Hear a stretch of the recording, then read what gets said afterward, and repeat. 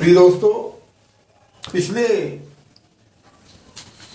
Segment में मैंने आपको रस के बारे में बताया था, वीर रस के बारे में बताया था और हास्य रस के बारे में बताया था।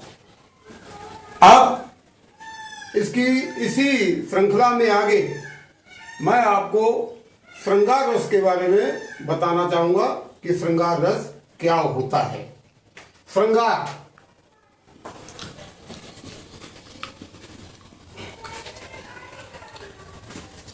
रस, श्रृंगार का अर्थ होता है सजना संवरना, और ये दो तरह से होता है। कभी कभी आपने देखा होगा आदमी अपने चेहरे को सजाता है। यहां सजाना भावों से होता है। कभी आदमी जब अंदर से दुखी होता है तो उसके आंसू निकलते हैं, तो ये एक अलग तरह की सजावट होती है। और कभी किसी चीज को देखकर आदमी बड़ा खुश होता है तो हंसता है, चेहरे की ये सजावट अलग होती है। श्रृंगार रस होता क्या है कि जिन शब्दों से काव्य में शोभा बढ़ती है वो श्रृंगार कहलाते हैं। और ये दो तरह से होता है। श्रृंगार रस दो तरह से पाया जाता है। एक होता है संयोग श्रृंगार और दूसरा होता है वियोग श्रृंगार।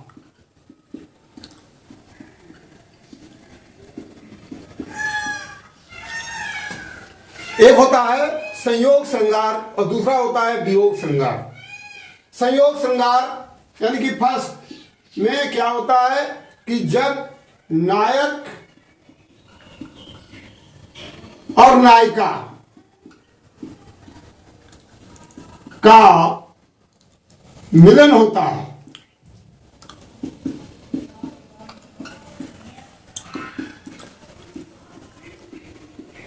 जब नायक और नायिका का मिलन होता है तब होता है संयोग श्रृंगार।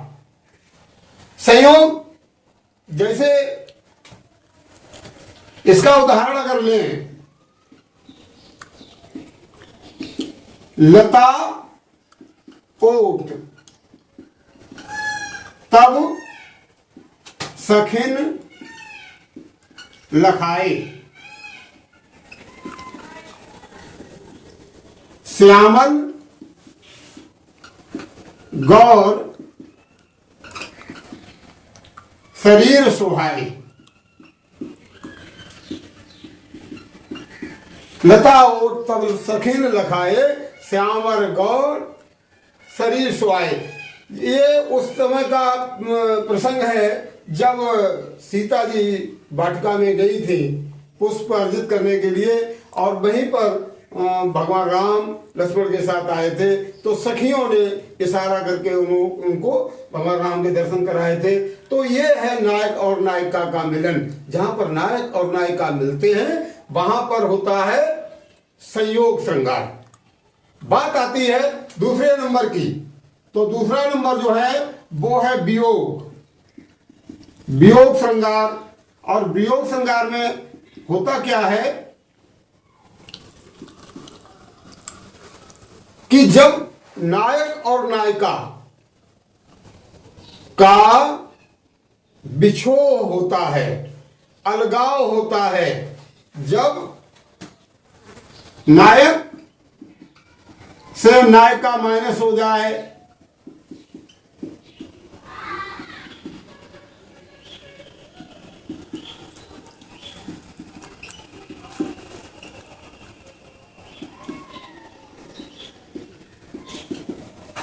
जब नायक से नायिका का बिछोह होता है, अलगाव होता है, तो वहां पर आपको रस जो प्राप्त होता है वो जो श्रृंगार है, श्रृंगार रस की दूसरी शाखा वियोग श्रृंगार प्राप्त होती है। इसका आपको उदाहरण दूं,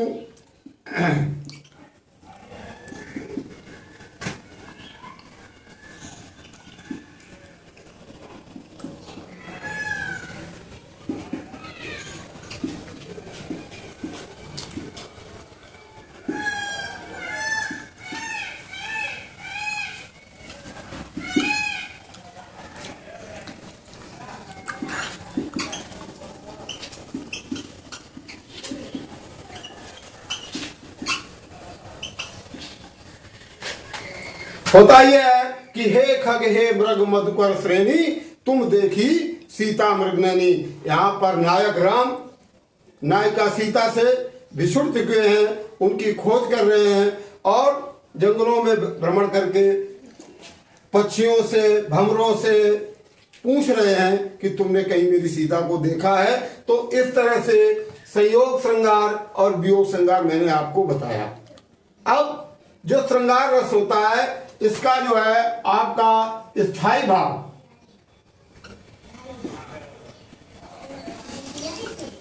रति होता है। स्थायी भाव रति होता है जब कोई विभाव, अनुभाव और संचारी भाव से परिपूरित होकर रति नामक स्थायी भाव को प्रदर्शित करता है, तो वहां पर आपका रस श्रृंगार रस होता है। इस तरह मैंने आपको अभी तक रसों में 3 रस बताए हैं, हास्य, वीर और श्रृंगार। ये इस तरह के रस पाए जाते हैं। तो 3 रस ये हुए। इसके बाद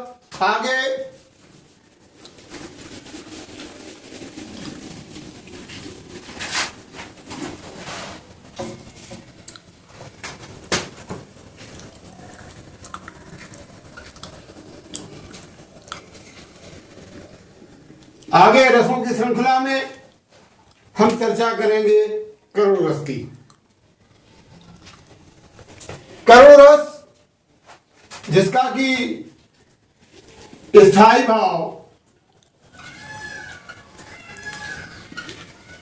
शोक होता है। करुण रस का स्थायी भाव शोक होता है। होता क्या है इसमें करुण रस की मेन पहचान ये पाई जाती है कि जब हम किसी अपने पर पड़े हुए कष्ट को देखते हैं तो हमारे अंदर जो उसको लेकर दुख का भाव पैदा होता है, वो होता है करुण रस। स्थायी भाव शोक होता है जब विभाव, अनुभाव, संचारी भाव से परिपूर्ण होकर के स्थायी रूप से शोक नामक भाव को प्रदर्शित करता है, तब करुण रस की उत्पत्ति होती है। इसका उदाहरण ले लें।